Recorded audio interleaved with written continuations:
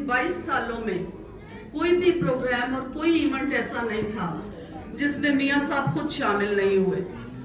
यहाँ तक कि अपनी शदीद बीमारी में भी वो शादियों में शामिल होते और बड़ी खुशी का इजहार करते। इस कार्य खैर के काम के लिए वो कदम कदम पे मेरी हौसला अफजाई फरमाते, मेरी रहनुमाई फरमाते, और उनकी यही हौसला अफजाई मुझे आगे बढ़ने का हिम्मत और हौसला देती रही।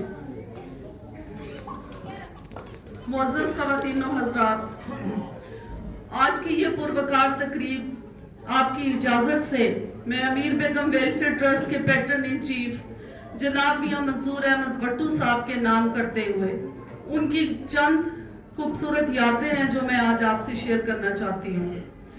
मियां मंसूर अहमद वट्टू अपने वालिदैन की इकलौती औलाद थे। उनका ना कोई भाई था ना बहन थी, लेकिन उन्होंने हजारों लोगों से मोहब्बत, खलूस और वफा के कभी ना टूटने वाले रिश्ते कायम कर रखे थे। हजारों खानदान ऐसे थे जिनको वो अपने खानदान से बढ़ के प्यार करते। वसावे वाला से कि यूनियन काउंसिल से अपनी सियासत का आगाज करने वाले मियां मंसूर अहमद वट्टू जब अल्लाह ताला की खास करम नवाजी से वज़ारत आला के मनसब तक पहुंचे तो वो अपनी किताब जुर्म सियासत में एक जगह लिखते हैं कि वसावे वाला जो उनका आबाई गांव था उसके करीब एक गांव है भुम्मन शाह, और उसके पास एक नहर थी जिसके ऊपर कोई पुल नहीं था। तो वहां पे लोग जब नहर अबूर करते तो उनको बड़ी दिक्कत होती, और वहां पे जो मल्लाह था वो अपनी मर्जी के पैसे लेता और लोगों को तंग करता।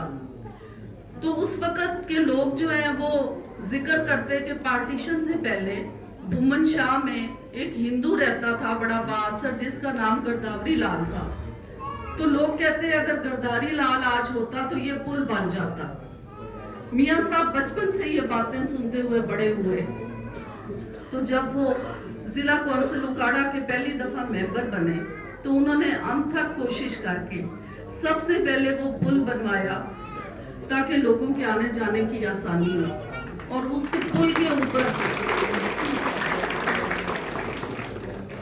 उस पुल के ऊपर जो उन्होंने प्लेट लगवाई उसके ऊपर ये शेर लिखे थे, नाम मंजूर है तो फैज के असबाब बना, नाम मंजूर है तो फैज के असबाब बना, पुल बना, चाह बना, मस्जिद व तालाब बना।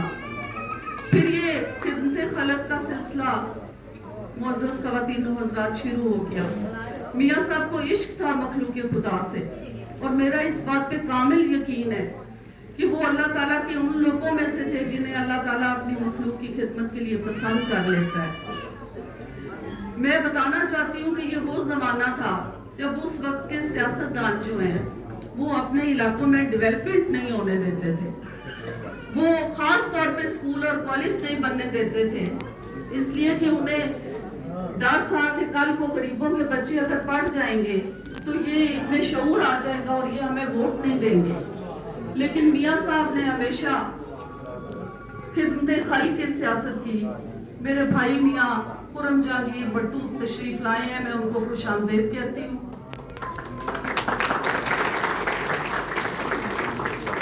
मियां साहब ने हमेशा खिदमत खल्क की सियासत की और उन्होंने हमेशा प्रमोशन ऑफ एजुकेशन के लिए काम किया। मियां साहब अक्सर फरमाया करते थे कि मेरे ख्याल में अगर पाकिस्तान के मसाइल का कोई एक हल आप पूछे तो वो ये है कि आप अपनी आने वाली नस्लों को आला तालीम और बेहतरीन हुनर सिखाएं ताकि ये दुनिया की कौमों का मुकाबला कर सकें। मियां साहब ने जब वज़ारत आला का कलमदार संभाला तो उन्होंने बाकायदा पंजाब असेंबली में कानून साजी करके एक ही बिल में उन्होंने